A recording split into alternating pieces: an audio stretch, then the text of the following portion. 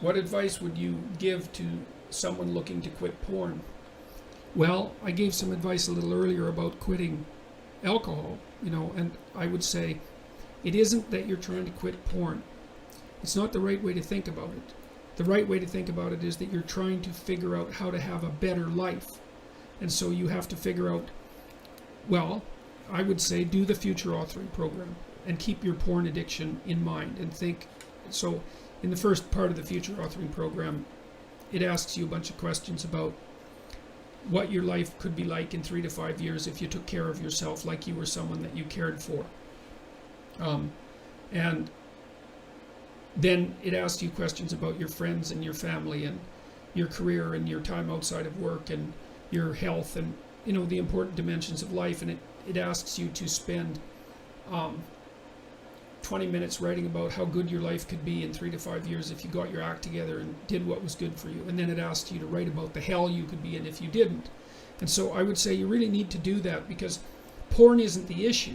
The issue is that you're not living your life the way you want to. And so you need a vision of life that's more compelling than the porn, and you need a counter vision too that frightens you, because otherwise porn is obviously extraordinarily gratifying in the short term, but you seem to be suffering from the medium to long-term consequences of its use.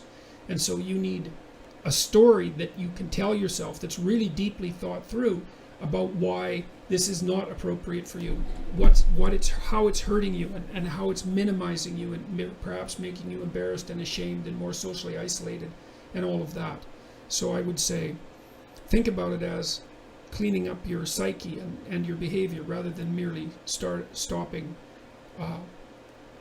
porn. You also might want to write down, and you could do this in the negative vision part of the Future Authorin Program. You got to write down everything bad that you think porn is doing to you, because obviously you have some suspicions that this is not good for you, right? That it's actually harming you in some important way.